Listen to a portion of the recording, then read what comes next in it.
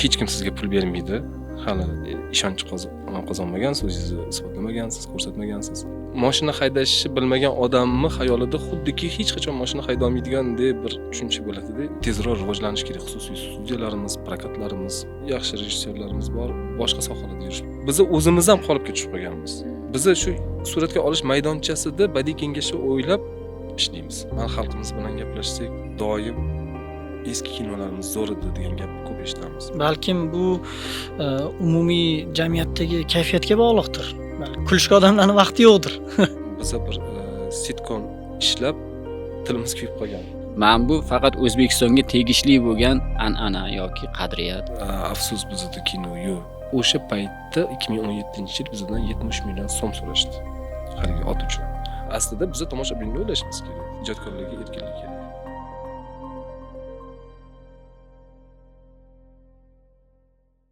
Assalomu alaykum. Hurmatli tomoshabinlar.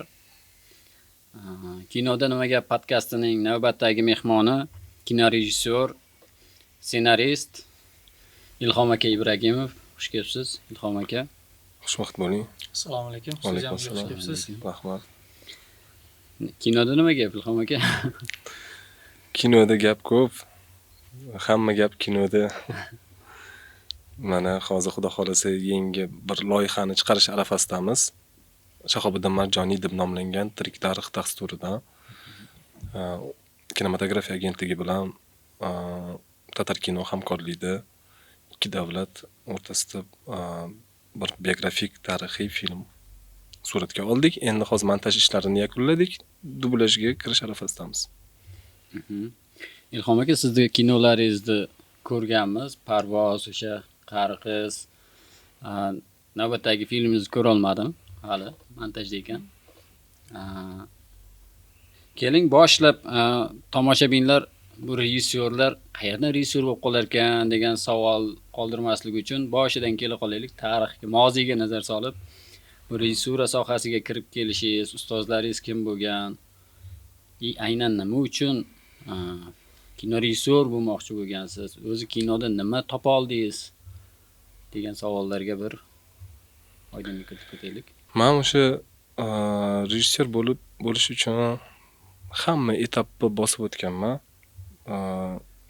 O'sha san'at institutida rejissyorlik fakultetini tamomlab, assistent bo'lib O'zbek filmga 2008-yilda ishga kirganman. Birinchi filmlarim Hilol Nasimov Tahdid degan filmi bo'lgan. Undan keyin Yolqin To'ychiyev Postscriptum degan filmlar bo'lgan. Ilova. Shundan keyin ikkinchi rejissyor bo'lib ishlay boshladim. Bir qancha yana katta filmlarda ishlash baxtiga muyassar bo'ldim. Meni debyut filmim 2013 syomkasi boshlangan. O'sha 2008 dan 2013 gacha assistent, ikkinchi rejissyor sifatida ishlab keldim. Debyut qilishim rosa qiyin bo'ldi. Chunki hech kim sizga pul bermaydi. Hali ishonch qozonmagansiz, o'zingizni isbotlamagansiz, ko'rsatmagansiz. Keyin asar ssenariy, ya'ni ssenariy topishda ham murakkab bo'ladi debyut uchun. Yaxshi meni atrofimda shu ustozlarim Yolqin To'ychiyev menga ssenariy yozib berdilar, qo'llab-quvvatlashdi. Ayub Shahobiddinov badiiy rahbar bo'ldilar va Sadoqat deb nomlangan ilk filmimni suratga oldim. U qisqa metrajlimi? Yo'q, to'liq badiiy. To'liq metrajli badiiy film. Badiiy film. Ungacha qisqa metrajli filmlarim bo'lgan. Shu badiiy to'liq metrajli debyut qilishim sal qiyin bo'lgan. Nima bor edi? Qo'rquv bo'lganmi? Shu mashina haydashni bilmagan odamni xayolida xuddiki hech qachon mashina hayda olmaydigan deb bir tushuncha bo'ladi-da, yoki bo'lmasa suzishni bilmaydigan odamda ham xuddi shunaqa. Kino olish ham shunga o'xshaydigan. Siz o'zingiz mustaqil rejissyor bo'lib, shu filmingizni olguningizcha sizda shu qo'rquv turaveradi. Chunki juda ham katta-ku film olish, rejissyor bo'lish, bir qancha odamlarni birlashtirib ish qilish, ularni boshqarish. Shu nuqtai nazardan doim qo'rquv bo'lgan, lekin Xudoga shukr o'sha Sadoqat filmini suratga olganmiz. do'stlarim menga yordam bergan, yaqinlarim, avvalambor ota-onam meni qo'llab-quvvatlashgan. Shundan keyin o'sha filmni ko'rib, O'zbek kinoni rahbari menga davlat filmini berishga qaror qilgan. Shundan keyin Parvoz ilk davlat filmim Parvoz bo'lgan. Parvoz filmini suratga olganman. Ustozlaringiz demak, institut davrida san'at institutida o'qigansiz. Sizniki menimcha eski san'at instituti bo'lsa kerak. U yerda kimlardan tahsil olgansiz? İlk ustozim Ahror aka Akbarxo'jayev bo'lganlar. Ular Xudo rahmat qilsin o'tib ketdilar. Keyin men ham 2 yil akademik ta'til olib, yana qaytadan tiklaganman, o'qishimni davom ettirganman. Aktyorlik mahoratidan Aleksandr Gamirov, hozir men iste'dodli o'zbek kino rejissyori, meni ular ham o'qitganlar. Ulardan ko'p narsa o'rganganmiz. Yana oxiri Mannonlik Ubaydullayevdan diplom olib ketganman. Ilhom aka o'zi rejissyor sifatida hamma o'zining gapini aytishga kiradi-ku maydonga. Sizningcha film qanday bo'lishi kerak? Agar sizni qo'lingizda bo'lganda faqat film qanday bo'lishi kerak edi? Albatta eng avvalo hamma haqqoniy yondash kerak. Barcha ishlaganlar shu filmda shu ssenariydan tortib birinchi o'rinda albatta senzura bo'lmagani ma'qul deb o'ylayman. Senzura hozirgi kunda ham yo'q aslida.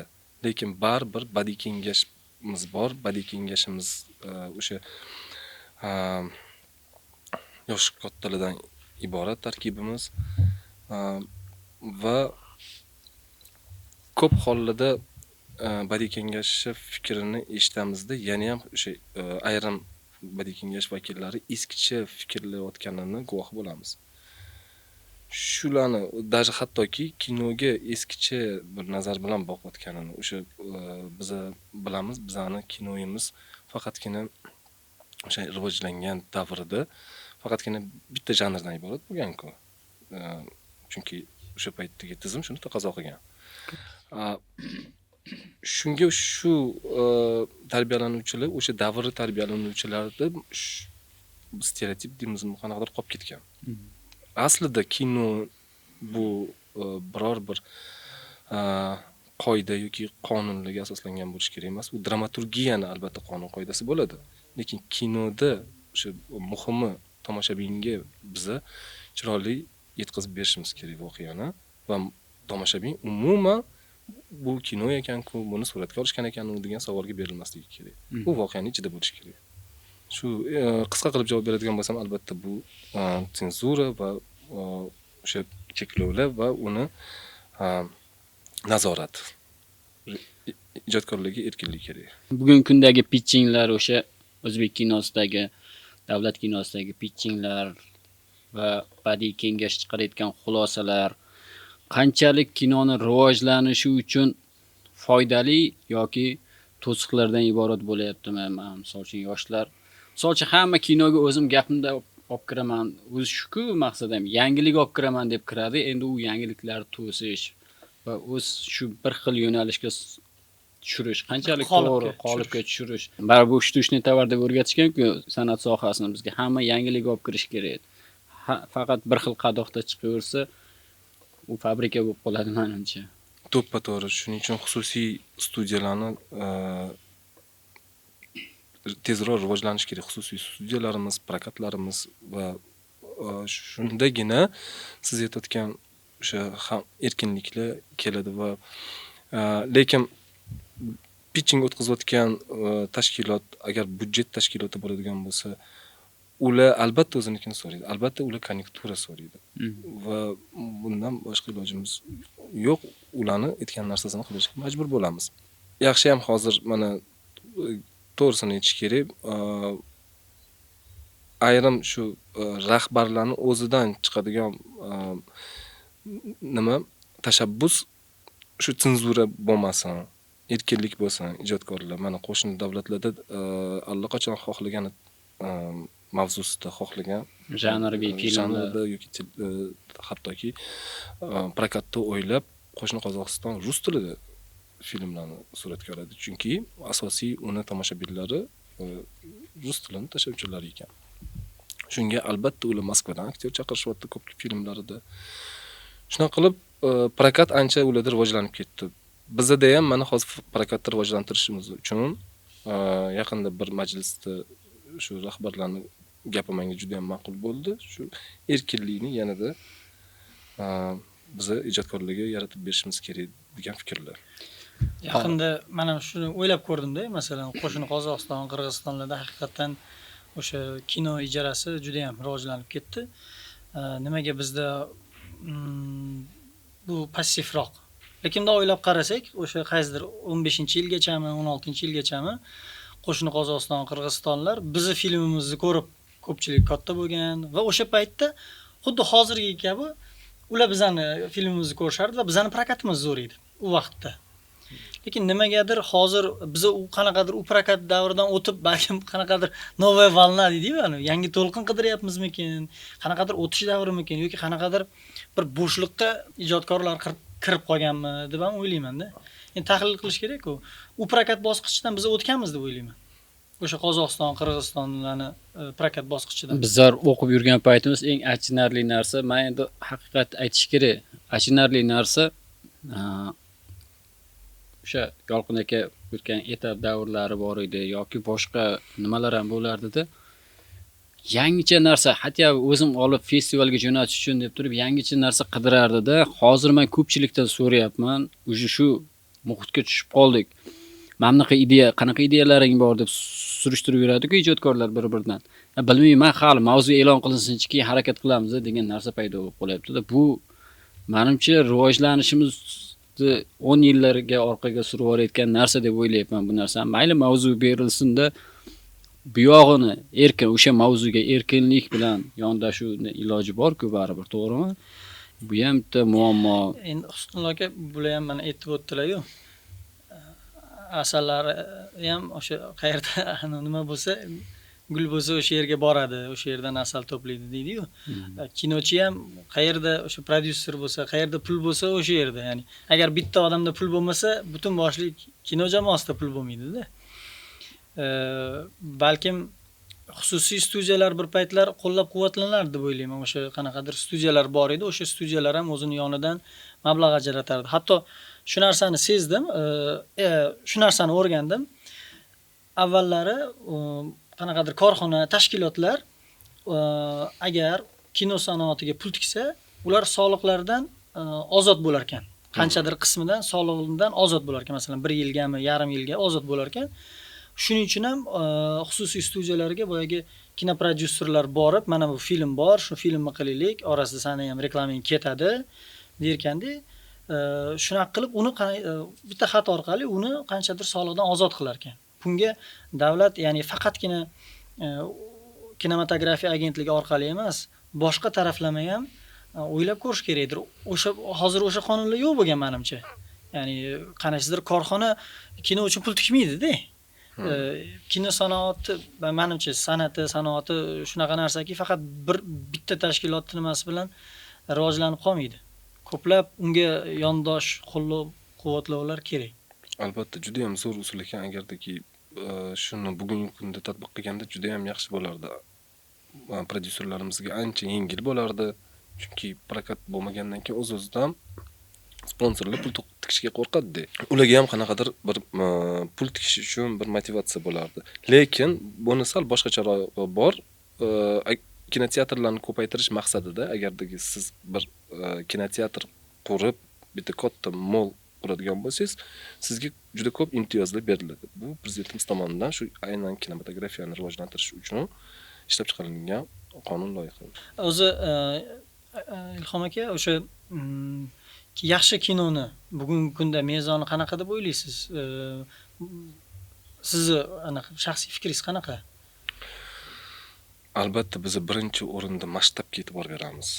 Albatta kino, ayniqsa badiiy film bu juda ham albatta iste'dodli ijodkorlar katta mablag' sarflamasdan ham shedevr filmlar qilishgan yoki qilishadi. Lekin umuman olganda biz badiiy filmda har bir kadrimiz bizga shu masshtab bo'lishi uchun bu juda katta mablag' talab qiladi. Agardiki mablag' yetarli bo'lsa, o'sha mezonda bo'ladigan bo'lsa, shu albatta rivojlanish bo'ladi, o'sish bo'ladi. O'z-o'zidan yaxshi ssenaristlar paydo bo'lib qoladi. O'z-o'zidan yaxshi ijodkor rejissyorlar paydo bo'lib qoladi bizada. Chunki boshqa sohalarda bizani xalqimiz, bizani vakillarimiz shu butun dunyoni eng ilg'or mamlakatlarida, rivojlangan mamlakatlarda eng yaxshi sohalarda ishlab ketishyapti. Shunday. Shuning uchun men ishonaman, yaxshi rejissyorlarimiz bor, boshqa sohalarda yurishibdi. Yaxshi ssenaristlarimiz bor, ular yozishmaydi. Ular yozish uchun biz ularni qiziqtirishimiz kerak. Yana bir nima tahlilda shunaqa hozirgi kinoni nima qilayotgandan rivojlanish uchun bir yangilikka qanaqadir ochiq bo'lishimiz kerakmi? Masalan, xorijda o'qitish sistemalarini yo'lga qo'yish yoki xorijlik ekspert, master rejissyorlarni ko'proq O'zbekistonga olib keltirib o'qitish qanaqadir. Men shu narsalarni Qirg'iziston, Qozog'iston ko'p qo'lladi deb o'ylayman. Masalan, Kim Ki-duklarni olib kelganini eshitdik, boshqa ko'plab Koreya, Amerikadan rejissyorlarni olib kelib o'zida, ya'ni borib o'qigan. Ular уже bozorga chiqishni taraddudini ko'ryapti-da. Butun dunyoga, ya'ni Yevropaga sotish, Amerikaga, Rossiyaga prokat qilish, boshqa. Biz faqat qanaqadir chegaralanib qoldikmi nimalar bilandir? Men o'ylayman, barcha ishlar qilinyapti. Mana o'zbek filmimiz qanaqa ahvolda bo'lardi? Esingizda bo'lsa, hozir qanaqa ishlaging keladi. Texnik jihatdan ham. Yana biz yaqinda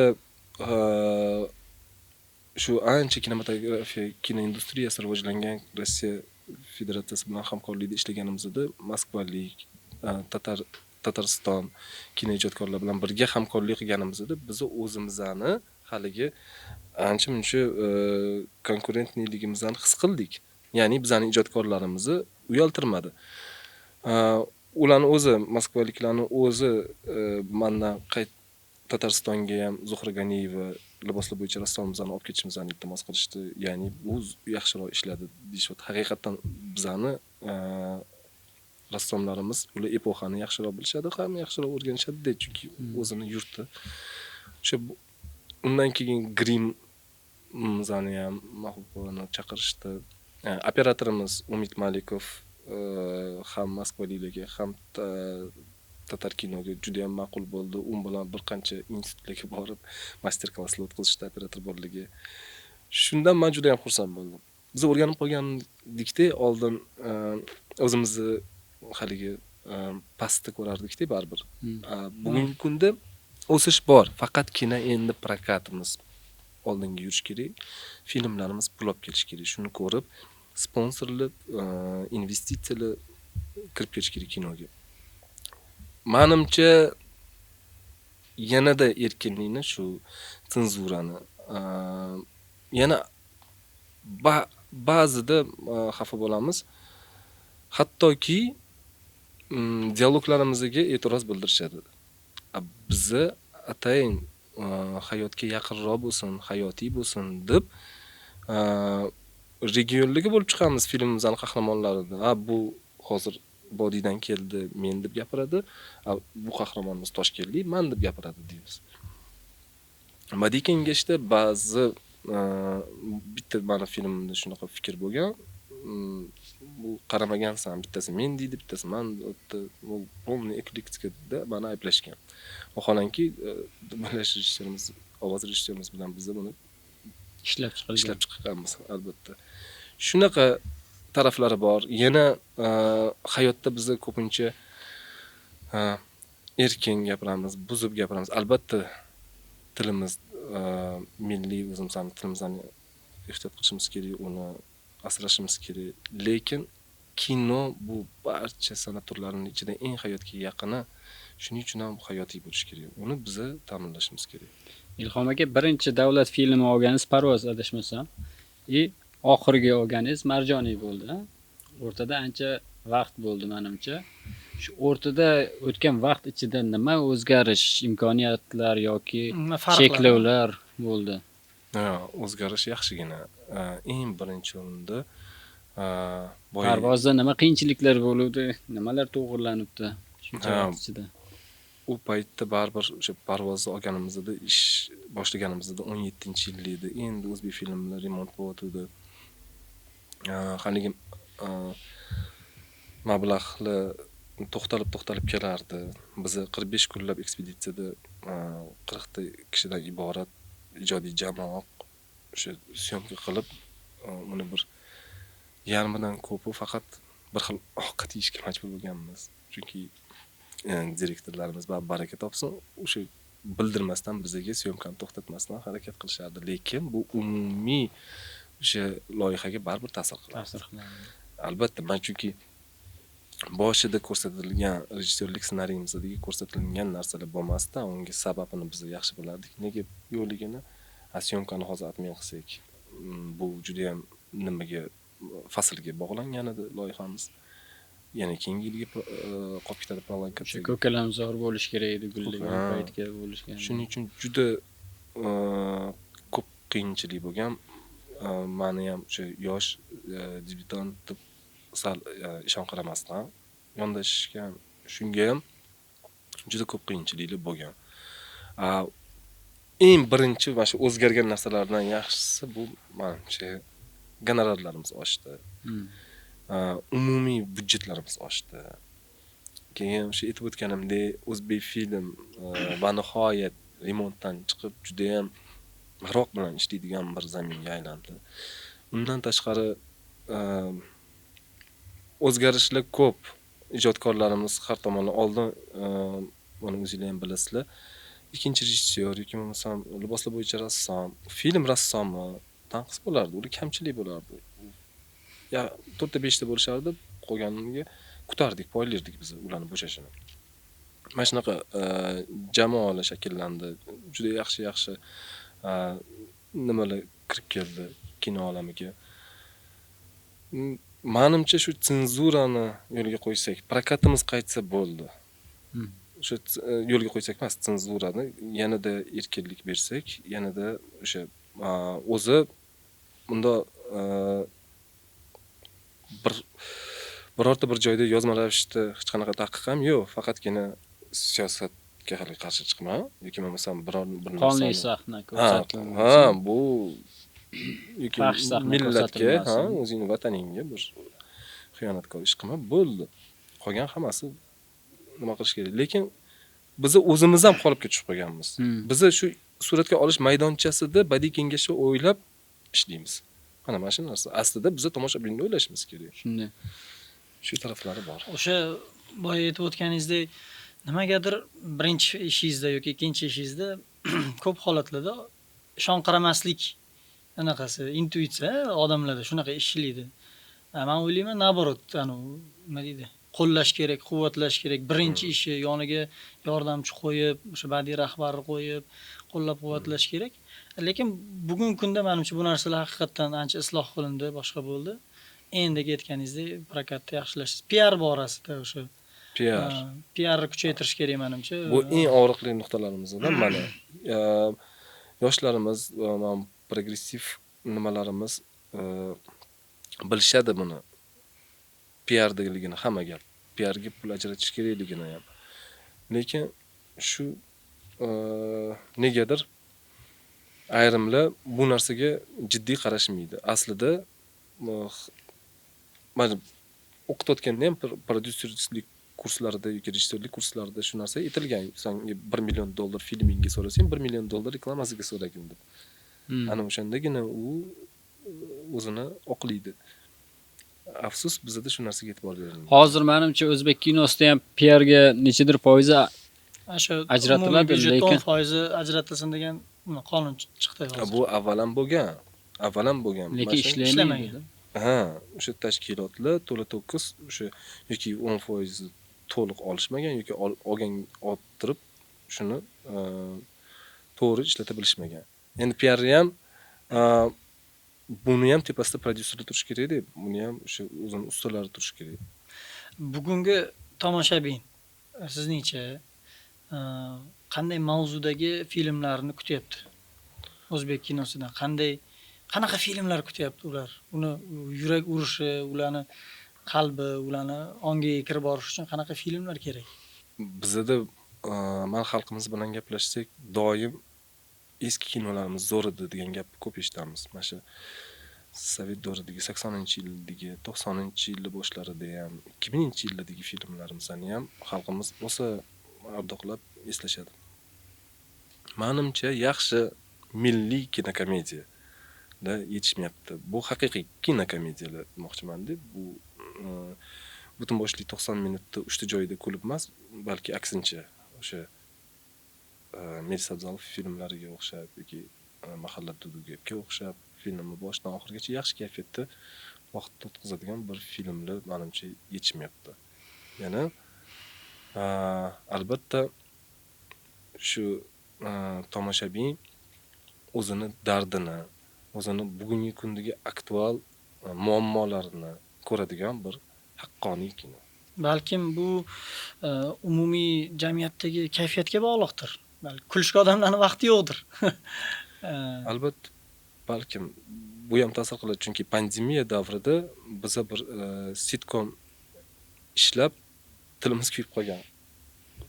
Shu aynan o'sha 15-martga to'g'ri kelib qolgan bizani topshirish davrimiz televideniyega biz ishlayotganimizda bizni zo'r sitcom qilyapmiz, tomoshabinga, xalqqa rosa ma'zur bo'ladi deb o'zimiz suratga olish maydonchasida xohlab film suratga olganmiz. Lekin ammo kayfiyat shu darajada o'zgarganki, odamlar har kuni Xitoydan nechta odam o'ldi yoki Yevropada nechta odam zararlandi, shuni tomosha qilishadi. Bu hech kim komediyaga kayfiyati bo'lmadi. Bu qisqa muddat bo'ldi, lekin bu eng janrlar ichida qiyin janr va kino nimasida ham eng menimcha kerak. O'zimga ham agardaki kino ko'raman desam, eng avvalo komediya qidirishga harakat qilaman. Oilaviy o'tirib tomosha qilgani. O'sha jamiyatda, o'sha xalqni dardi menimcha ifoda qilgan filmlar, aks ettirgan filmlar juda ham katta shon-shuhrat qozonsa kerak. Buni Husnullo aka ham aytganidek, sizda bo'lsa O'shin seriali. O'shani misolini aytib bering, juda qiziq narsa. O'sha hamma biladi, uni men aytmasam ham o'sha O'shin serialiga Yaponiya fondi birinchi marta kinoga pul ajratgan ekan. O'sha payti xalqiga o'sha oziq-ovqat yetkazib bera olmayotgan bir paytda o'sha filmga pul ajratgan. Nimagaki xalqning irodasini yana ham mustahkam qilish uchun O'shin serialiga MHB kompaniyasi bilan Yaponiya fondi pul ajratgan. O'sha filmdan keyin xalq o'zini yig'ib qo'ygan mablag'larini davlatga borib topshirgan, chin yurakdan topshirib, o'sha holatdan chiqib ketish uchun kinoni kuchidan foydalanilganda, menimcha bu yaxshi effekt bergan. Bugungi kungacha unaqa serial menimcha yo'q deb o'ylayman. O'sha narsani bizani o'sha qalamkash ssenaristlarimiz, rejissyorlarimiz menimcha his qilsa yaxshi bo'lardi. Bugungi kunni nafasini sezib, o'shandan so'rovnoma o'tkazib, odamlar nima xohlayapti. Mana hozir qanaqadir o'zgarish davri, bir tarafda qurilish ketib yotibdi. 5-10 yillik, ya'ni yangi Toshkent quryapmiz, yangi O'zbekiston. Bir tarafda o'sha eski sovetcha fikrlaydigan insonlarimiz sekin-sekin nima deydi, o'yindan chiqyapti-da, endi ana minbarga chiqadigan yoshlarimiz kim, so'z aytadigan yoshlar kim degan nimalar, tortishuvlar bo'lib yotibdi, to'g'rimi? Bu hamma davrda bo'lgan. Menimcha o'sha mahallada gap nima haqida gap o'zi shu haqida-ku, yangicha qurilgan uylarga ko'chishga odamlarni ko'ndirish bo'lganda, lekin o'sha mavzuni ham qanaqa xalqchil qilib insonlar dardini olib chiqib komediya bilan ko'rsatib bergan.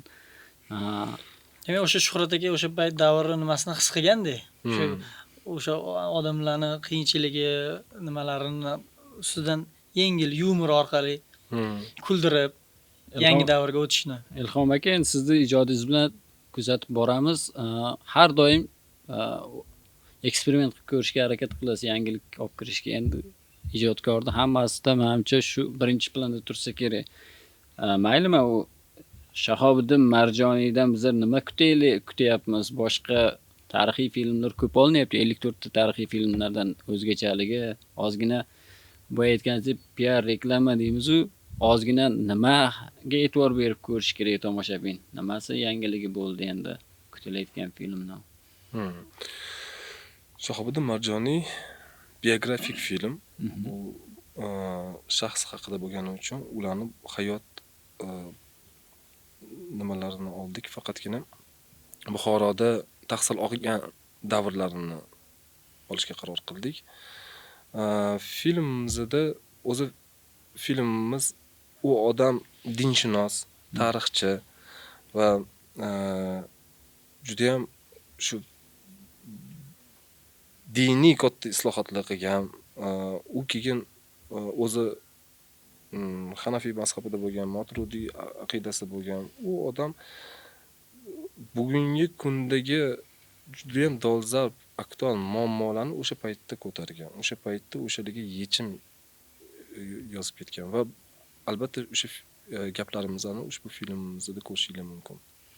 Va yana o'sha davrni biza u tahsil olgan davri Amir Nasrulloh xon davriga to'g'ri kelar ekan, Buxoro amirini, va u o'sha aynan o'sha yili Qo'qonga yurish qiladi va Madalixon bilan Nodira begimni qatl qildiradi. O'sha davr shunga mos keldi. Biza albatta bu yerda haligi filmimizni 25-kadr qilib bularni ham albatta gapirib ko'rsatishga harakat qilganmiz. Ushbu film menimcha xalqqa manzur bo'ladi deb umid qilaman. Tarixiy film olish juda ham murakkab, chunki o'sha davrni jonlantirish, o'sha kostyum deymizmi, dekoratsiya deymizmi, buni bosqichlaridan qanaqa o'tdingiz, qanchalik qiyin bo'ldi buni amalga oshirish? Prodyuserimiz Abdurov Jurayev juda ham yaxshi bir ijodiy jamoani yig'ib berdi. Tasvirchimiz Umid Malikov, rassomimiz Isabek Egamberdiyev, juda iste'dodli yigitlar. Liboslar bo'yicha rassomimiz Zuhra G'aniyeva. Shuning uchun men umuman qiynalmadim va birinchi o'rinda shu prodyuserlarning jamoasi ham juda yaxshi bo'ldi. Men o'zimga yangi prodyuserlarni ham kashf qildim. O'sha barcha narsamiz yozilgan, o'ylangan narsamiz. Yana haligi rejissyorlar proses davomida yana nimadir o'ylab topish yaxshi ko'rishadi-yu.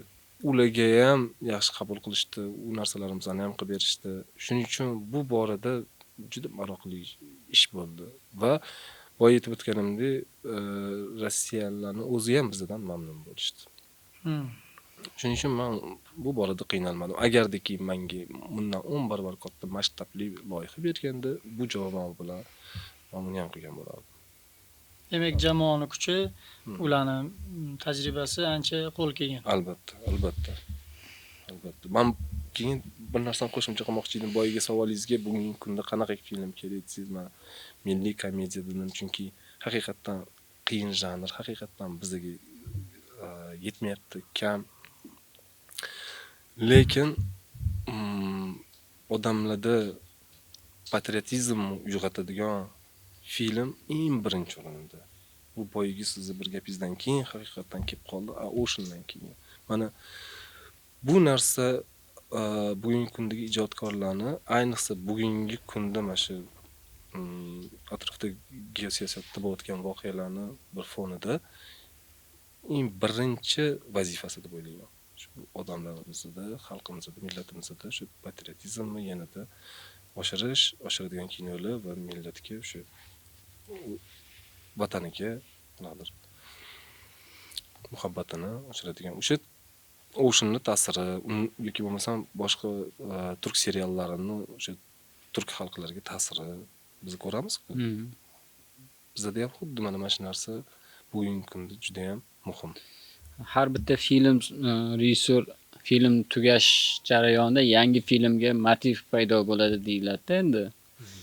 Endi hozir o'sha milliy komediya, patriotizm haqidagi filmlar haqida siz o'zingizda endi baribir bitta film tugagandan keyin ikkinchisi boshlanishi kerak. Planlar qanaqa endi sir bo'lmasa? Bir badiiy filmni anchadan beri olaman deyman, hech shuni oxiriga yetkaza olmayman. Shu doim u endi mana bo'shadim, shu film ustida ishlayman deganimda yangi bir kattaroq bir yanada bir qiziqroq loyiha chiqib qoladi, men u loyihaga kirishib ketaman. Chunki bu yerda bu filmni o'zim prodyuserman deb. Shunaqa taraflari ham bor, mablag' taraflari va uni bundoq bir tomoshabinbop, yanada bir kattaroq haqiqiy badiiy film qilishim uchun bu albatta arzon bo'lmaydi. Shunga o'ylayman, mana Shahobiddin Marjoniydan keyin o'sha filmni men chiqaraman. Umid qilaman. Xudo xohlasa. Mavzusi sir, janri sir, hali nomi sir. Kutinglar. Ha. Yanam yaxshi. Ko'p gapirdim-da, o'xshamay qoldi. Shunga qo'rqib qoldim. Ilhom aka, men bu Eron filmlarini misol uchun ko'rsak, boshidagi musiqasidan yoki bitta ladidan bilamiz, hind kinolarini, Gollivud filmini ham bitta kadrdan bilamizda. Bu misol uchun o'zbek kinosini qo'yganda qozoq kinosidan farq qilish kerak deb o'ylayman-da, yoki tojik kinosidan farq qilish kerak, qirg'iz kinosidan farq qilish kerak. Men YouTube'da ko'rdim. Hammaga mashhur bo'lib ketgan Jannat onalar oyog'i ostida deb turib o'zbek film deb yozib turibdi-da. YouTube'da. Chunki farq qilish kerak. Ya'ni bir o'zbek filmlarini, umuman o'zbek aholisini simpatiyasini o'sha filmlar orqali rejissyorlar ko'rsatishga qanchalik e'tibor beryapti bugungi kunda. Men bu faqat O'zbekistonga tegishli bo'lgan an'ana yoki qadriyat. Mana shu film bu o'zbek kino-ku deyish kerak-da. Yo'q, endi qozoq, qirg'izlar bilan ko'proq qadriyatlarimiz yaqin-da. Qadriyatlarimiz yaqin, lekin o'zbekona simpatiya. Misol uchun Звягин filmlarini ko'rsangiz, men g'ashimim keldi-da, to'g'risini aytsam, filmini ko'ryapman-da, Yelena filmini ko'rsangiz, juda aristokrat sharoitda yashayotgan Yelenani oilasi, rus xalqi. Endi men millatchilik emas, ko'rsatilyapti, o'sha audiolarda yurayapti-da. Shunday bor peshixodga to'xtayapti-da, o'zbek ishchilari o'tib ketyapti peshixodda. Ko'rgansiz-ku? Ya'ni bu o'zbek simpatiyasini misol uchun shunaqa misol uchun buni bekitish kerak emas. Rossiyaga borib ishlaydi migrantlarimiz. Ruslarni aksariyatini tasavvurda o'zbek faqat mana shunaqa ish bilan shug'ullanadi degan narsa yoki dunyoda shunaqa shakllanib qolmasligi uchun deb o'ylayman-da. O'zbek simpatiyasini nimasini ko'rsatish kerak O'zbekistonda? Har qanday filmga qo'shsa bo'ladi, har qanday oilaga qo'shsa bo'ladi. Nimaga e'tibor berish kerak deb o'ylaysiz? Rejissor sifatida. To'g'ri, bu eng qiyin nimalardan biri og'ir. Ha, chunki o'sha assistent bo'lib ishlab yurganimda afsus bizda kino yo'q deb gapirsa ustozlarim, men tushunmasdim. Nima demoqchi bu gap bilan? Nimaga kino yo'q? Biz hozir nima qilyapmiz? Suratga olish maydonchasida turibmiz. O'sha davlat rejissyori, katta rejissyor, nomi chiqqan. Uni oldida boshqalar qaltirab turadi. Lekin shu odam aytibdi, bizda kino yo'q deb. Nimaga yo'q? Shunaqa afsus, bizda kino yo'q. Ana falon davlatda bor, O'zbekiston davlatda bor. Gruzinlarning ham kinosi bor, lekin o'zbekning kinosi yo'q dedi. Shuni men mag'zini keyin tushundim-da, keyin tushunib yetdim. Haqiqatan biza qancha mana siz aytgandek o'zimizning milliy qadriyatlarimizni ko'p ko'rsatsak, o'zimizning milliy masha urf odatlarimizga qurilgan filmlarni, asarlarni havola qilsak, shunda bu shakllanadi, bu tushuncha shunda paydo bo'ladi. O'zimizning bir o'zbekona bir nimalar, o'shanda bironta bir musiqasi yoki kadrida darrov tomoshabin bilib oladi, o'sha o'zbek kinosi deb. Albatta bu qiyin, lekin men ishonaman, yaxshi tarafga ketyapmiz. To'g'ri yo'ldamiz, ijodkorlarimiz yanada ozgina erkinlik berilsa kinoga va o'sha prokatimizni yo'lga qo'yishda, prokatda ham yo'lga qo'yishda ko'p gaplarni gapiramiz, hatto davlat tomonidan bir qancha mana Alisher Navoiy san'at saroyi ham ta'mirdan chiqdi, juda ham chiroyli bo'ldi. Bir qancha kinoteatrlar haqiqatda barpo etildi, qurildi. Lekin birinchi o'rinda kino ekan. O'sha kino bo'lsa ekan, tomoshabin kelar ekan. Biz buni bir qancha filmlar misolida ko'rdik. Hattoki o'sha Jannat onalar oyog'i ostida ham keldi-ku tomoshabin. Ha, o'zimizning hech kinoga bormaydigan do'stlarimiz oilasi bilan bordi-ku. Shuning uchun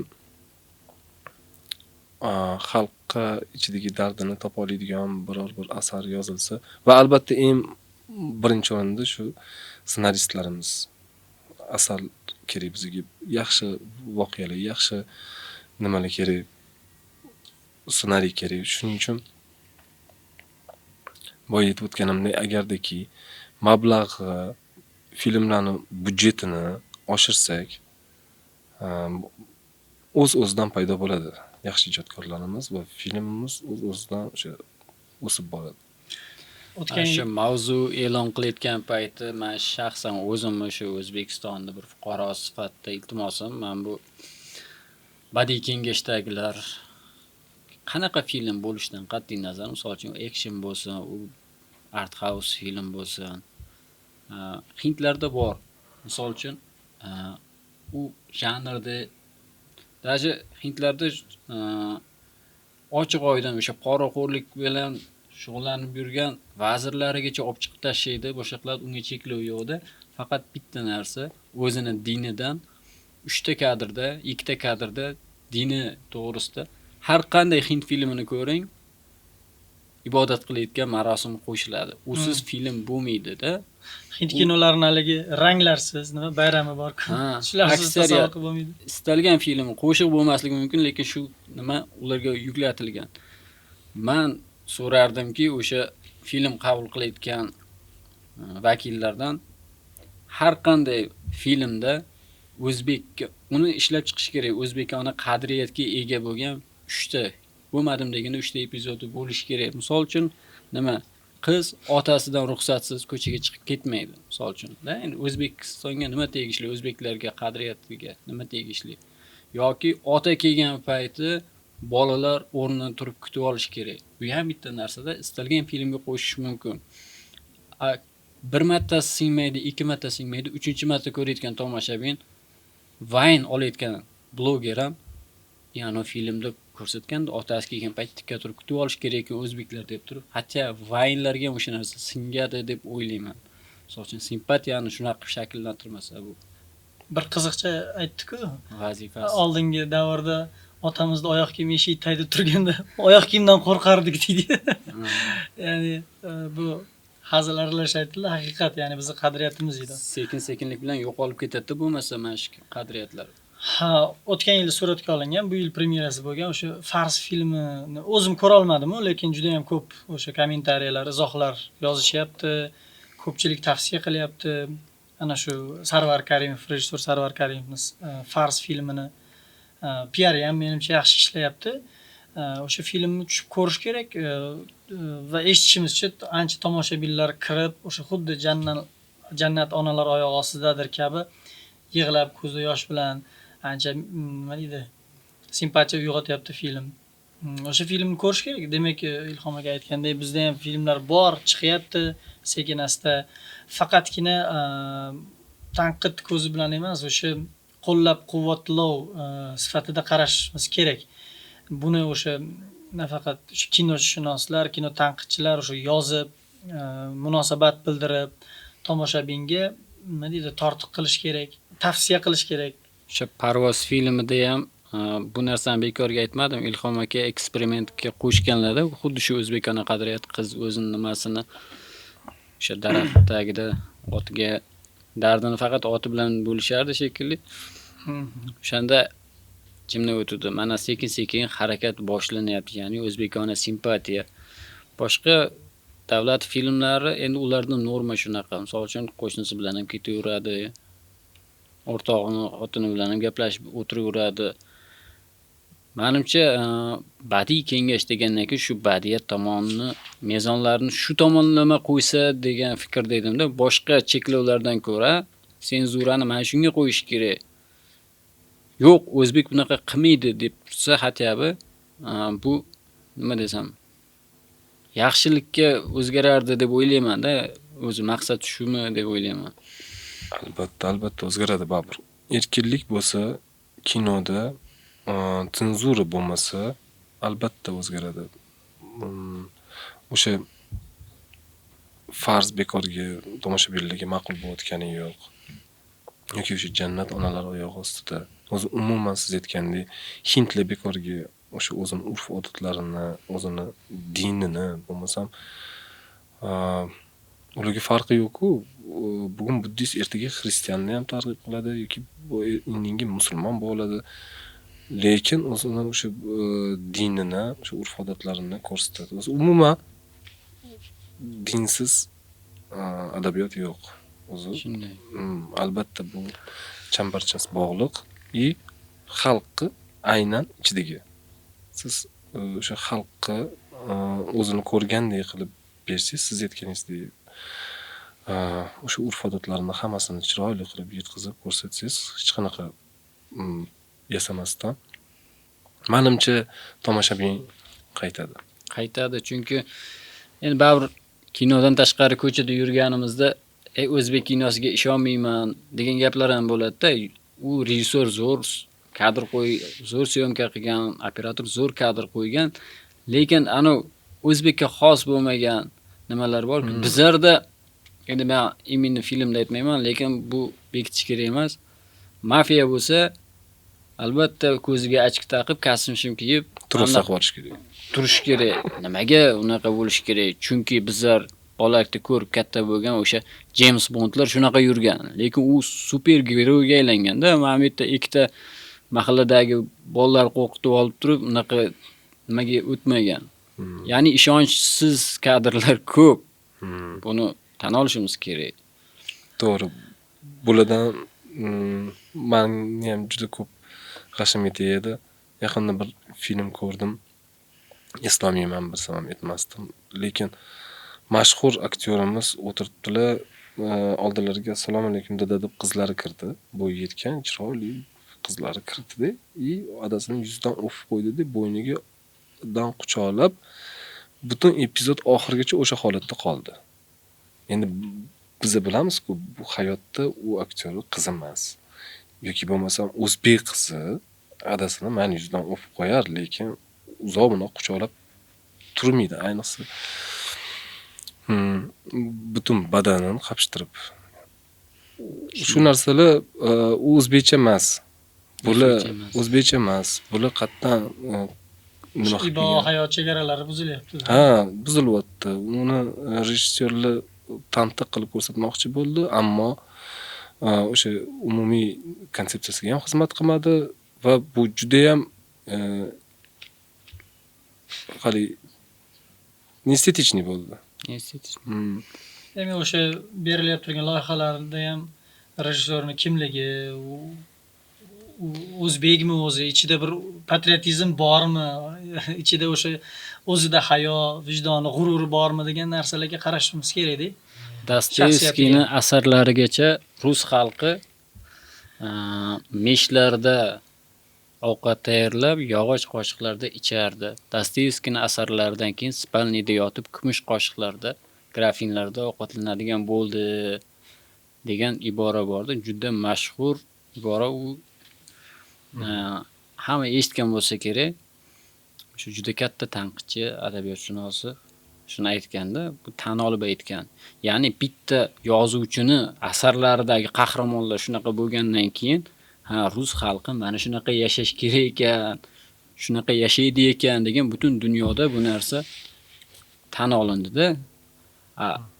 Bugungi kunda kechirasizlar, bu jinoyat deb bilaman-da. O'sha Sharob Boshbekov rahmatli jinoyat deb aytib ketganda shu seriallarda qaynota kelin nima mojarolar ketdi-yu. Kechirasizlar, o'zbek auditoriyasida avval unaqa narsa bo'lmaganda, hozir men guvoh bo'lib eshitganim, qaynotasi bilan tashib ketishga qo'rqib qoldi, otasi bilan tashib ketishga xotinni. Bolalar. Bu uji fojia. Bu nimani fojiasi? Mana shu sohani olib kelib bergan fojiasi bo'lyapti. haqiqiy o'zbek kinosiga pul ajratilyaptimi? O'sha fojiani oldini olish kerak deb o'ylayman. Bizlar endi milliyligimizni bu qizil gapdek tuyulib qolganda bizga milliyligimizni qo'shish kerak, nima o'zi milliyligimiz nimadan iborat? O'sha narsani konkret hal qilib olishimiz kerak. Bu narsa men Parvozni 2-marta yaqinda o'sha suhbatimizdan oldin ko'rganimda, mana shu haqiqiy birinchi ko'rganimda menda shunaqa his paydo bo'lgan edi. Bu qanaqadir teatr spektaklni kino varianti bo'pti degan nima bo'lgan edi. Ya'ni rejissyor shu qanaqadir Padarkush yoki shunga o'xshash juda ham tarbiyaviy filmdan ilhomlangan degan siz endi tanimasangiz. Ilhom aka shunaqa bo'lgan ekan deb o'ylagan edim. Keyin kecha qayta ko'rganimda o'sha vaqtda necha yil, 7 yil bo'ldimi? Film 8 yil bo'lgan bo'lsa, hozir ham aktual ekanligini, o'sha paytda aytilgan filmning aktual ekanligini tushunib yetdim. Chunki ko'p kuzataman ijtimoiy tarmoqlarni, otasi farzandini erkalatib, mana eng ko'p kuzatayotganimiz mashinani kaltini berib qo'yapti-da. Farzandi borib birovlarni ko'chada urib qotiliga aylanyapti. Oddiy bugungi kundagi bo'layotgan voqealar juda ko'pini ko'ryapmiz. Chiqib otasi uzr so'rab qutulib ketyapti yoki qanaqadir pul bilan yo'l bilan bir qora yo'llar bilan qidiryapti-da, shu qutulib ketishga qonunni chetlab o'tishga. Lekin Parvoz shu haqda edi-ku. Otasi farzandini erkalatib boshqa qilib yoki o'zini obro'sini nima qilish uchun birovni o'ldirishga ham borgan. Mana shu hozir ham aktual shu film. Parvoz deyman. Ruslarda bu narsa bizlardan sal ancha oldinroq bo'lgan Qarol degan film bor. Hammamiz ko'rgan bo'lsa kerak, menimcha o'sha bola umuman qo'shqondan chiqib ketadi, ko'ngli tusagan ishni qiladi, otasi borib turib milliarder qutqarib olib chiqib kelaveradi. Otasini o'zi ham cho'chib qo'ygan boladan. Keyin nima qiladi? 19-asrga tushirib qo'yadi ana bolani bitta uyushtirib. Film ichida film syomka qilib ko'rsatyapti. Lekin bugungi kungacha hamma sevib tomosha qiladi. Nimaga? Chunki bu film bitta u odamga tegishli emas-da. Bunaqa milliarderlar ko'p va korrupsiya rivojlanganini o'sha milliarderning fonida shunchaki o'tib ketyapti-da, lekin tushunib yetasiz-da. Demak, bu olib chiqib ketyaptimi, boshqalar ham olib chiqib ketadi. Shunaqa vaziyatdan nima bo'ladi? Chirigan avlod paydo bo'ladi. O'sha Parvoz filmini mavzusi, o'sha paytda ko'tarilgan og'riqlar bugun ham bor ekan. Aka, siz o'sha vaqtda qayerdan ilhomlangansiz bu filmni suratga olishda?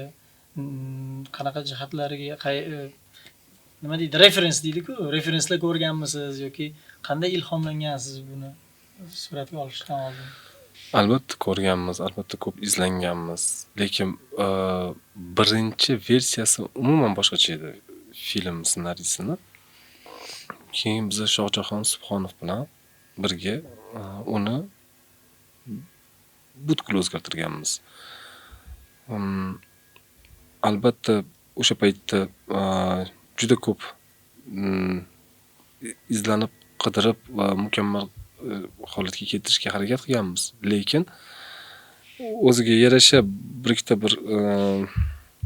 kompromislarimiz bor edi. Baribir biz ko'p o'zgartira olmasdik ssenariyni. Endi ayrim joylar to'g'riroq qolish kerak bo'lgan.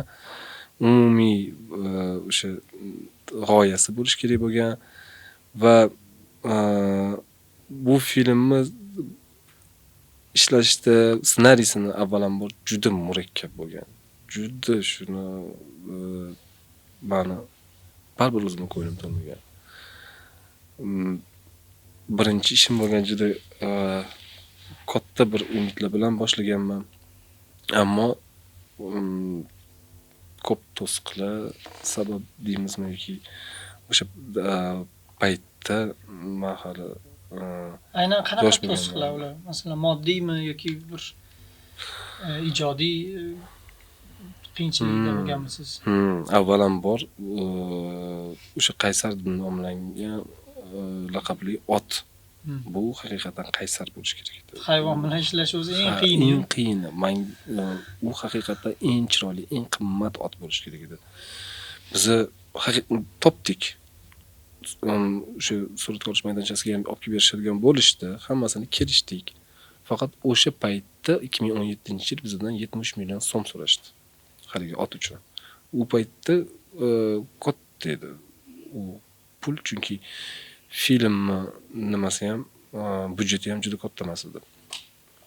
Va u otdan voz kechishga men majbur bo'ldim, lekin hali-haligacha men o'sha parvoz tasavvur qilsam qaniydi. O'sha ot bilan olganimda deb bir armon bo'lib qoladi menda. Men u parvozni olguncha otlarni o'rganib chiqdim-da. Biz olgan otimiz ham haqiqatan qimmat ot olganmiz. Toshkentdan olib ketganmiz. Haqiqatan zotdor, $50 ming turadigan. Suratga olish qayerda bo'lgandi? Sijjakda. Sijjakda bo'lgan. Lekin haligi men birinchi tanlagan otim haqiqatan go'zal ot edi va u $250 ming ot edi, juda qimmat edi. Bizdan yana ham arzon so'rashgandi. Shu eng katta xatoyimiz. Men o'sha oxirgacha o'zimnikida turib olib, shu menga haqiqatan qaysar ot kerak deb. O'sha ot bo'lganda, umuman film boshqacha bo'ladi. Keyin uni minish ham baribir qaysar bo'lgandan keyin aktrisaga ham albatta. Qiyinchilik Albatta men tug'dirsa. o'zimni yiqitgan o'sha ot. Lekin aktrisamiz Iroda Magomedov, men o'zimni kichkinaligimdan bilaman, jiyanim. Lekin u sportsmen qiz edi. U eng haligi nima qaysar otlarni ham boshqarardi. U otda juda yaxshi. Shuning uchun ham uni olgandim men bosh roliga. Bir qancha kastinglar bo'lgan, bir qancha aktrisalar topshirishgan. Men olmoqchi bo'lgan aktrisamiz aynan shu otda yurolmagan tufayli oxir majbur bo'lganmiz. Keyin parvoz men uchun babu o'ziga xos bir davrdi. Parvoz debyut film. katta trampolin bo'lganda u Juda, film. juda Xudo rahmat qilsin, Rifqat Ibragimov bilan men birga ishlaganman u filmda, operator bo'lganlar. U odamdan juda ko'p narsa o'rganganman. Filmni YouTube'da ko'rganimda o'sha izohlarni ham o'qiyman-da. Ko'pchilik 2-3 ta fikrlarni ko'rib qoldim. Shohruh Hamdamov nega paraplanni uchmadi? Nimaga kaskadyor oldinglar deb yozishgan ekanda. U sahnalar ham juda qiyin bo'lgan bo'lsa kerak. Albatta Shohruh Hamdamov o'shanda esimda uchaman degandi. Lekin o'sha xavfsizlik bo'yicha bizning xodimimiz ruxsat bermagandi. U paraplanchilar ham ruxsat berishmagandi. O'sha paytda osmon o'sha aynan sijjada paraplanchilar uchun osmon yopiq bo'lganda, bizning filmimiz uchun ochgandik. Shunga sal murakkabroq bo'lgan. U ham to'g'ri, u ham bir armon bo'lib qolgan, bir toshdek. Keyin uni yashil fonda, yashil studiyada suratga olingan. Birinchi film сложный постановка bo'lgan ekanda hammasi. Albatta. O'zi rejissyor uchun sinovda, birinchisi eng katta sinov menimcha. Juda ham Qiyinchiliklar. katta maktab bo'lgan. O'sha situatsiyadan keyin chiqib ketsangizgina o'sha trampolinni o'tgan bo'lasizda. Xo'p, Ilhom aka, agar qo'lingizda qanaqadir imkoniyat bo'lsa, bugungi kunni kino yaratishda nimalarni o'zgartirgan bo'lardingiz yoki nima takliflaringiz bor o'zbek kinosini yana rivojlantirish, isloh qilish uchun? Yana bir bor aytaman. Go'yoki yo'q senzura, bizga badiiy kengashda aytishadi. Senzura yo'q-ku, bemalol ishlalaring deyishadi. Ammo ishlab kelsangiz o'sha ba'zi bir badiiy kengash vakillari nimadir topishga harakat qiladi, nimadir yoki bo'lmasam darrov betini olib tashlaydi. Ular ham vaholanki, ularga ham etmagan hech kim. Voy, mana shunaqa narsa olib kelsa olib tashlagan deb. O'zida shu shakllanganda, o'zi qo'rqib, Ichki senzura. Ichki senzura bu haligi sallasini olib ketsa, kallasini olib keladi-da. O'zi to'sqinlik qiladi, vaholanki keyin u narsa bo'lmay qoladi. Misol uchun hozir bironta bir ta'lim tizimi yoki bo'lmasam sog'liqni saqlash yoki boshqa birorta bir tizimlarni bemalol tanqid qilamiz. Lekin kuch ishlatadi tashkilotlar kelganda sal qo'rqamiz. Hmm. Bu avtomat bo'lmasam bizga ham hech kim aytmagan. O gapirmayman. Yo'q, avtomat tarzda o'zimiz haligilarning olgani kelganda, gapirish kerak bo'lganda yo'q. Sekin chetga o'tamiz. Ustozimiz aytardi, senzura hammamizni miyamizda qolib ketganmiz derdi. Chegara birinchi navbatda. Shunaqa bu bizlarni shunaqa tarbiyalab qo'yishgan. Bu balkim faqat badiiy o'zimiz o'zbek kinematografiyani rivojlantirish agentligining badiiy kengashi emas, menimcha boshqa joylarda ham shunaqa ko'rdik-ku, yaqinda o'sha bitta platforma bir serial oldi. Qamoqxona sahnalari bor ekan. Oldirib turib tashadi o'sha filmni ham. Nimagadir. Nima sababligini keltirib bera olmaydi, masalan. Film olib tashlaydi. Qamoqxonani balkim boshqacha talqin qilgan u bu, lekin qanday talqin qilganda ham bu badiiy nima-ku? Yo'nalish. Badiiy serial. Unda haqiqatan aytganingizdek chegaralar bo'lmasligi, senzura, sal ko'ngilni bo'shatish vaqti kelgandir, balkim sal erkinroq bo'lish vaqti kelgandir. To'g'ri. Haligi aytib o'tganimizda ibo, hayo chegaralari, u tarafdan taqiqlar qo'yilishi balkim kerak. Lekin bunda olib qarasangiz, unga taqiq qo'yilmayapti-da. Mana siz aytganingizdek, qizi otasini oldiga kelib bemalol uni haligi qo'ynida nima qilyapti, uni bemalol ko'rsatyapmiz-da. U tarafdan senzura yo'qdi, lekin bu tarafdan qamoqxonani ozgina sal bundoqroq ko'rsatganiga bu narsalarni sal qo'yib yuborish kerak. Kino haqida gapiraman desangiz, paradokslar ko'p kinoda. Misol uchun oddiy paradoks. Siz bitta film olish uchun, badiiy film suratga olish uchun rejissor sifatida oldin nimadir ish qilgan bo'lishingiz kerak. Studiya sifatida, yosh studiya bo'lsangiz, studiya sifatida oldin nimadir film olgan bo'lishingiz kerak. Paradoks shundaki, siz birinchi filmni olish uchun borib u yerga topshirasiz. Hamma joyga borgan paytda siz nimadir olgan bo'lishingiz kerak bo'lsa, u qachon boshlaydi, o'sha nimadirni qachon oladi degan paradoks bor-da. Masalan, yangi ishga kirish uchun topshirsangiz, ish tajribangiz qancha deydi-ku. Siz shotda endi o'tamoqchiman deysiz-da. Bolangizni maktabga bersangiz, bolangiz o'qishni bilmas ekan bu. Maktabga nimaga beradi? O'qishni o'rganish uchun beradi. Hozir Avazoxon ham aytdi-yu, Avazoxonmidi? Imtihon qilib olyapti maktabga deydi. U imtihon topshira oladigan bo'lsa maktabga borib nima qiladi deydi. O'sha badiiy film olishga puli yetsa, bitta film olgan bo'lsa, u nima qiladi bu yerga kelib turib yana film so'rab, o'sha bitta film olishga kuchi yetgan bo'lsa, ikkinchi filmdan o'zining shuni foydasini olib qo'yaveradi-ku. Misol uchun, qachon imkoniyat beriladi demoqchiman-da. Ba'zi bir tumanlarni ichidamiz deb o'ylayman-da, o'sha kinochilar. Masalan, Amerika kinosida konkretni aytilgan narsalar bor-ku, mana shu narsalar bo'lish kerak, albatta filmingda. Mana shu narsalar bo'lmasligi kerak degan yozilgan qonuni bor. Masalan, bayroq Amerika filmimi turish kerak, xilpirab, shu uydami, qayerdadir turish kerak. Balkim bizda ham shunaqa narsalar kerakdir. O'sha aniqroq bir yozma shaklda rasmiy, konkret bo'lishi. O'sha ijodkorlar deymizmi, badiiy kengash, siz bilishingiz kerak, badiiy kengashga kirishdan oldin. Nima mumkin-u, nima mumkin emas. O'sha narsani qayerga qo'yishim kerak, qayerga chegaralarni aniq bilib olishingiz kerak. Mana shu narsa demak filmda bo'lmasligi kerak, mana shu bo'lish kerak degan yozma ravishda. Lekin bizda mana shu narsa sal tumanni ichidamiz-da. Albatta. Biz bilamiz. Men ham bilaman, siz ham bilasiz, Husnullo ham biladi. Hammamiz bilamiz. Nima mumkin, nima mumkin emas. Hozir yozib olib kiramiz. Biz uverimiz. Bizani yozgan nimamizda, ssenariyimizda hech qanaqa taqiqlangan narsa yo'q. Ammo o'sha boya aytib o'tganimdek, o'sha 4 ta narsani siz xatlab o'tdingiz. Hech narsani propaganda qilmadingiz, yomon narsa yoki bo'lmasam siyosatga qarshi chiqmadingiz yoki millatingizni uyaltiradigan yoki bir vataningizni uyaltiradigan narsani ko'rsatmadingiz, olib kiryapsiz. Ammo iyoda boya aytib o'tganimdek, bironta bir soha vakilini siz o'zini ishiga nisbatan layoqatsiz qilib, qanaqadir bir o'zini ishiga xiyonat qilayotgan qilib ko'rsatyapsiz. Ana o'sha tarafi darrov badiiy kengashda, nimaga sen bu sudyani bunaqa ko'rsatding?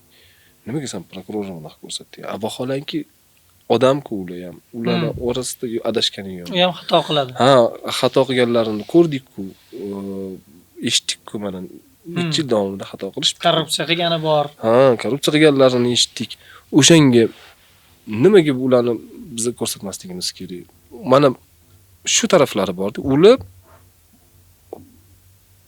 bir-biridan hali qo'rqqan holatda haligilarni yopdi qilib, kesdi qilib filmdan olib tashlashadi. Yana bizada ayrim o'sha soha vakillari yana qip-qizil kinolarimizga o'xshab turib hali yodlangan she'rdek gapini gapiradi. Yoki bo'lmasam ular ishonarli chiqmaydi. Ishonarli chiqmaydi, hayotiy chiqmaydi. O'sha Zivyagin sudda intervyularni ko'rib turamanda. Sen nima qahramonlaring faqat deydi, bir baxtli emas, u bu deb gapirganda o'sha Возвращение filmini olguncha bo'lgan filmlarni aytgan. Zivyagin sudda uyi bo'lmagan-ku bu paytgacha. Zivyagin sudda uyi bo'lmaguncha qahramonlarning ham uyi bo'lmaydi deganda. Chunki Zivyagin uyda o'tirib rohatlanish qanaqa bo'lishini tushunmaguncha qahramonlar ham tushuna olmaydi deganda. Bilasizmi? To'g'ri. Qanaqa hayotga bog'lagan nimani? Kinoni. O'zini ichidan o'tkaza olmasa qanaqa qahramonlarga singdiradi u narsani-da. Bizlar o'zimizni ichimizdan o'sha korrupsiya yo'qligini ishontira olmasak o'zimiz mana bunaqa vaziyatlar yo'q deb ishontira olmasak qanaqa tomoshabinlarimiz bizni qahramonlarimizga ishonadi? Ijodkor sifatida. Yaqinda bir misol ham eshitib qoldim-da, endi u mish-mishmi, haqiqatmi aniq bilmayman. Bir rejissor o'sha doktorlarni sal yomonlab qo'ygan ekan. Qaysidir tashkilotdan keyin xat kelgan, sal u filmni qo'ymaysan, unaqa qilmaysan, nimaga doktor yomon ko'rsatding? Sudga beraman sallani deb kinematografiya agentligiga tahdid qilgan. Endi bu qanchalik haqiqat uni bilmadim, lekin agar bo'lganmi, bo'lmaganmi, buni bo'lishini o'zi noto'g'ri narsa-da. Juda yaqin bo'lish kerak. Men ishonaman. Chunki men hozir haligi bir katta tashkilotlar to'g'risida gapiryapman. Haqiqatan misol uchun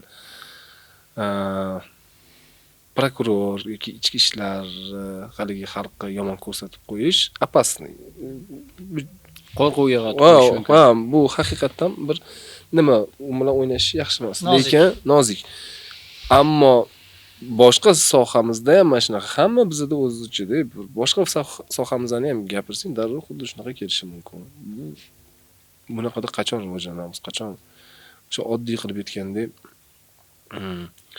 ko'p joylarda hali ham byurokratiya bor-ku. Shuni nimaga ko'rsatmaymiz? Ancha yengillashdi odamlarning hayot tarzi, lekin baribir bor-ku. Haligacha byurokratiya bor. O'sha oldin zo'r ko'rsatganda Sovet davrida kattakon aytayapti deb qutulib ketganda hamma ish bajarilib ketdi. Kattakon kimligini hech kim ko'rmagan. Kattakon aytayapti deganda ish. Ya vaholanki o'sha prezidentimiz ham aytayapti-ku, erkinlik, so'z erkinligi, ishda erkinlik, yangi zamonaviy dunyodamiz, renessans davri degan bilan baribir o'sha ba'zi bir insonlarni ongida o'sha zanjirlar hali ham bor. O'sha zanjirlar qo'yib yuborilmagungacha, aziz muxlislar, ko'ryapsizlarmi? Bu rejissyorlarga, ssenaristlarga oson emas. Shunchaki ana uni aybdor qilib qo'yish, rejissyor bo'lmag'ir film olibdi. Ya'ni uni protsessi bor, u hayotni kinoga ko'chirish nima deydi, bosqichi bu oson emas. Juda ham ana Shuhrat akani hech qachon esimdan chiqmaydigan gapi bor. Всю цензуру pil my krov deydi-ku. Bu umrlarning oxirida shu gapni aytganlar. Yani bir umr senzura meni qonimni ichdi deydi. Kimsan Shuhrat Abbasovdek rejissyor bu gapni aytib turibdi. To'g'ri shunaqa. Ilhom aka, oxirgi vaqtlarda hamkasb rejissyorlar o'zbek filmlaridan qanaqa filmlar ko'ryapsiz? Hamkasblaringizni kuzatyapsizmi? Qaysi filmlarga havas qilib tavsiya qila olasiz ularni? Maqtay olasiz yoki tanqid qila olasiz? Filmlar, yaxshi filmlar ko'p chiqyapti. Haqiqatan tan olish kerak. Oxirgi yillarda filmlar chiqdi, yaxshi filmlar ko'p bo'ldi. 3-4 yil oldinga olingan O'zbek qizi filmi menga yoqdi. Mana buni hali Akbarbek Turdiyev rejissyoriki Aysanem rol ijro qilyapti degan savollarni chetga surib filmni voqeasini ichiga kirib tomosha qildim-da. Shu jihatdan menga yoqdi. O'ziga xos bir muhiti bor. Yana albatta endi Ayub Shahabidinov, Yorqin To'ychiyevdan yaxshi filmlarni ko'rdik. Filmlar kundan kunga chiqyapti. Mana 3 qahramonni ko'rdik. O'zgarish yaqqol. Shohruh Rasulov. Shohruh Rasulovdan. Ancha katta qadam Qadam edi. Dovyuraklik bor. Men hozir mana Fars filmini ham ko'rmoqchiman, hali ko'rmadim, lekin juda yaxshi iliq fikrlarni eshitdim bu film haqida ham. Albatta. Shuning uchun men bemalol aytaman, qo'rqmasdan aytaman, hamma qilinish kerak bo'lgan ishlar qilinyapti. Faqatgina shu oxirgi etaplari qoldi, shu prokatni yo'lga qo'yishimiz uchun. Xudo xolasa u ham bo'ladi. Ishonaman. Ilhom aka, endi sizda bormi yo'qmi bilmayman. Hech kimga bermaganman bu savolni. Siz uchun tabu bo'lgan nimalar bormi? Mavzular. Shu qat'iyan shu mavzuni suratga olmayman. Albatta. Ayniqsa janr desam ham bo'ladi. Janr. Shu ujus horror bilan uzoqroq yurgim keladi. Chunki